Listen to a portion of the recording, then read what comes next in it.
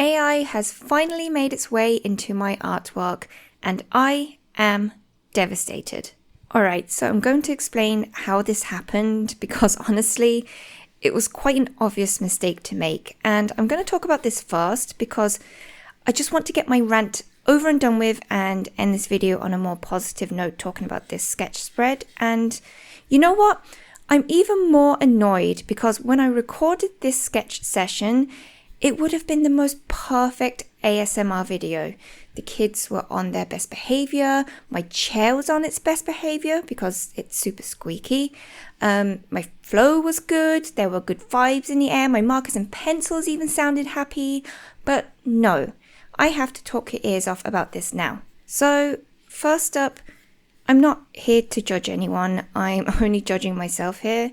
So if you're an artist and you use AI in your art, that's completely up to you.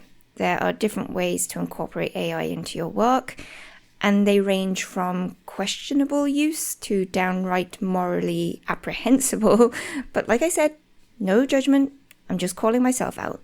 Now, you're probably going to roll your eyes as soon as I say this, like it's the most obvious thing in the world, but it was Pinterest that tricked me. Yes, that Pinterest, which is now completely infested with AI images. There's really no limit to the types of work we're seeing now which has been generated. It's riddled with digital and traditional style artworks, photography type shots, fake products, interior design decor.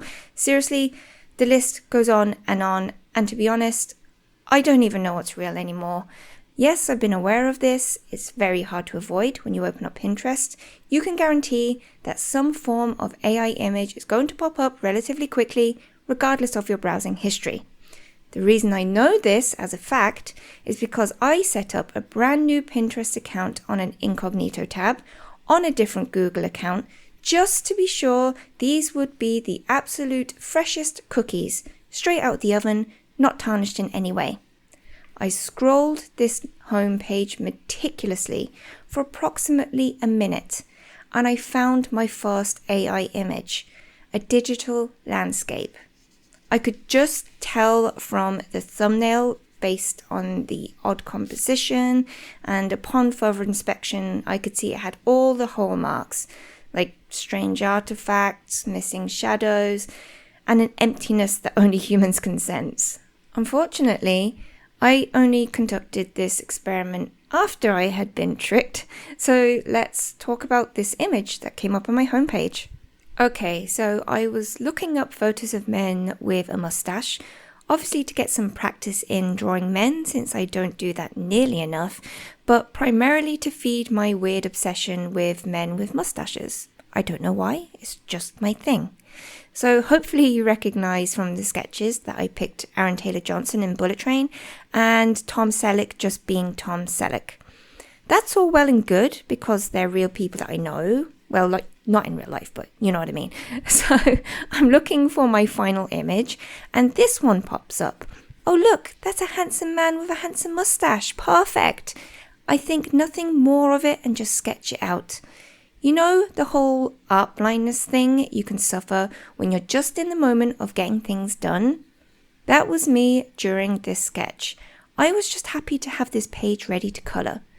Now, this video is a little longer than usual so that I can show you more of my process, but I go back to Aaron and Tom to work on those first, so I colour them in markers, add details in pencils, all of that wonderful stuff. It's about an hour later when I come back to this last guy and I open up the reference image again. What the f***? It was like a slap in the face. After looking at real faces for the past hour, I could see now that this was not a real face. In fact, this face was most definitely modelled on Henry Cavill, the man who made mustaches instantly more appealing again. I'm actually embarrassed that it didn't hit me the first time I saw the image, because it looks so obvious to me now. If you're struggling to see it, then I'll break down a few things. First, the focus. It doesn't make sense. Yes, I know photographers will do edits on raw images, but they usually won't blur out the body area like this for the sake of keeping focus on the face. Why is the body blurred out? Probably to make it less likely to notice mistakes. Let's zoom in on the face. Look at the mustache. This thing that lured me. Come on, the hair looks like little tubes. That's not what hair looks like. And it's the same for the hair on the head. That's definitely not real. How about the shape of those irises? They could definitely do with the liquify tool. And this curl near the temple, look at those weird artifacts on the skin, as well as the blurry area under the hair. Look at this blurry area under the nose. Doesn't even make sense. Look at the lower eyelashes. What even is that? The skin texture looks unnatural. I mean, do I even need to say more? Let's just get rid of this trash. So yeah, very clearly not a real photo of a real person, and I feel bad about using it. Yes, I could argue that it was an honest mistake. I only used it as a reference. I didn't create it, yada yada yada. But that's not really the point I'm trying to make here. For me, it's upsetting that I didn't initially recognize it, and that AI is getting better and more difficult to distinguish. I personally don't want to use AI images for reference because I don't agree with how it's currently being used in the creative industries. And it's as simple as that. Someone might argue, but Lorna, this piece inspired you to draw. And to be honest, that's actually a tough pill to swallow because in essence, it's true. On first glance, I really liked the image and wanted to use it. But if I'd known it was AI, I would never have used it in the first place. I felt tricked out of that option, because there was nothing else to indicate the content source. And maybe that's another thing I really need to start questioning. Should I be using Pinterest as a source of inspiration anymore? I know it's full of AI images, so why run the risk? I realize this all might sound super dramatic and over the top, but I genuinely feel sad about it. Instead of finishing this last portrait in color like the other two, I decided to just quickly give it a few shadows in grayscale and line it in ink. I didn't want to put the effort in anymore because for me it was spoiled and my heart wasn't in it anymore, and that's the effect that AI images have on me. Oh, and on a side note, you can only imagine what my Pinterest homepage looks like after clicking on this image and pinning it to a board. It suggests more AI type images to me now, and that's really just the beginning of the downfall of my Pinterest account. RIP. I know this is a very touchy subject, but I'd love to know your opinion on all of this, on AI in general, and in this particular instance, would you be upset about it too, my situation? Let me know in the comments what you think, and in the meantime, let's swing this all around and start chatting about more positive feelings, such as the rest of this sketch spread and how I really love it. I've been thinking a lot about the type of art that I create and how it's changed so much over the past 10 or so years. I feel like every artist goes through nearly the exact same journey. For instance, in the beginning, I wanted to draw anime type characters because I thought it was simple to draw and it was popular. Spoiler, yes to popular, but deceptively difficult to draw well. And when I realized that wasn't really for me, I moved on to portraits, but not stylized, just as realistic as I could get them. I love doing that, by the way. Being able to replicate an image is super satisfying. And it's a pretty decent indicator of your skill level with your choice of medium.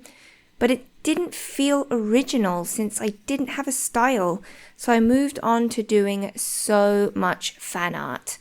This was great for me at the time because I wanted to develop a style without the burden of also trying to come up with original designs, which is still crazy difficult to do, by the way.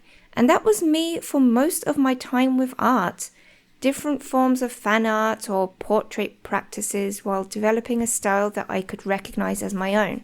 At some point last year, I just wanted to stop worrying about what my style was, or what type of art I should be doing, or what mediums I should be using, and just do whatever feels good.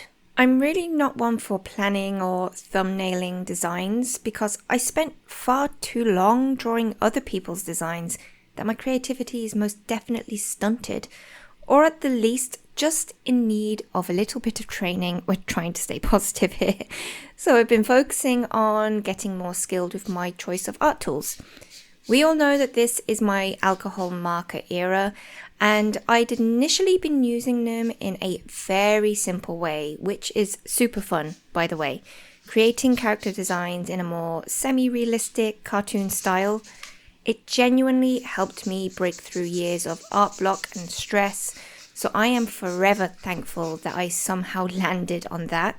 But I wanted to figure out how to just be better with using markers in general, like take away the cartoonish style, and then how would I use markers?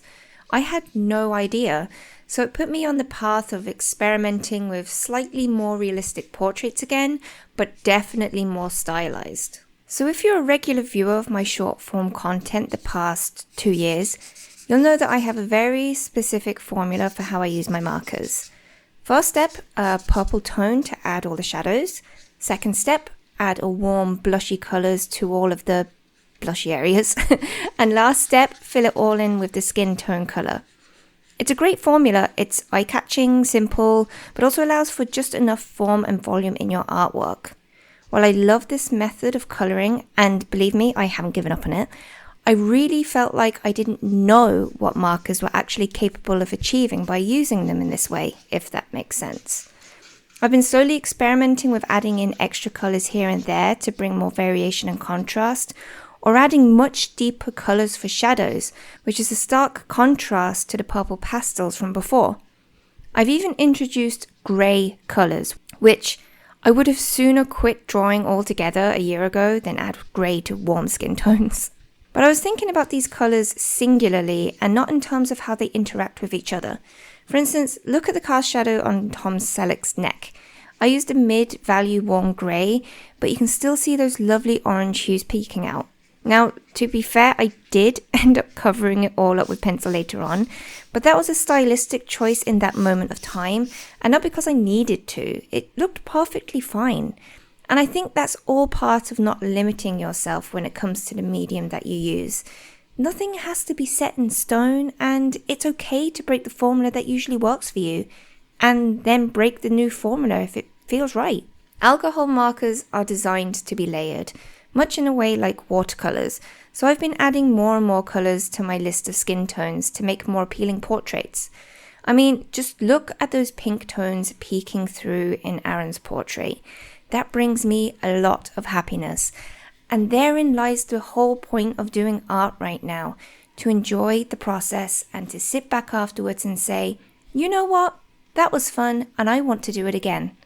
When things feel fresh and new again, it's exciting. It reminds me of when I first got a digital tablet and started learning how to create digital art.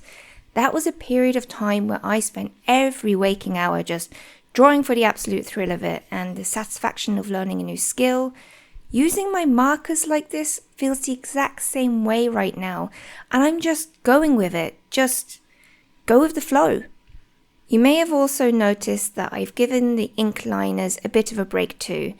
That was actually an interesting development that happened during my artist studies, which is a video you can see here on my channel. I'll link it in the description. I was trying to replicate Kath Illustrate's art style, and I was hit with this sudden realization. Holy crap, I really miss using colour pencils. They're fun, easier to control, better for creating small details. Why haven't I been using them? I'm a silly goose. For me, alcohol markers and colour pencils are just a match made in heaven, because it's easy to lay down a solid wash of colour quickly with the markers and then pick out the details afterwards with pencils. You'd swear I've just discovered a new technique while I'm talking about it, but that's really how it feels. It's that excitement of doing something new again. I'm not sure how long this wave of experimentation will last, because at the end of the day, this is also the career choice I've made, so I need to also have some level of consistency within my artwork, but I really think that I'm on the right track in terms of my mindset and making art enjoyable and exciting again, simply by using my art tools in a different way. It hasn't changed my art style drastically, but it's given me more to look forward to when I sit down at my desk and wonder what I might draw today. I've also been getting reacquainted with digital art as well these past few months, and I've so many exciting plans to make original art and full illustrations. 2025 is definitely my year to do more of what I love, and to adapt more of those formulas that I've been strictly following. If you enjoyed this video, you can watch the entire process over on my Patreon, where you have access to pretty much all of my videos and other exclusive artwork. Thanks for watching, and I'll see you in my next video. Okay, love you, bye.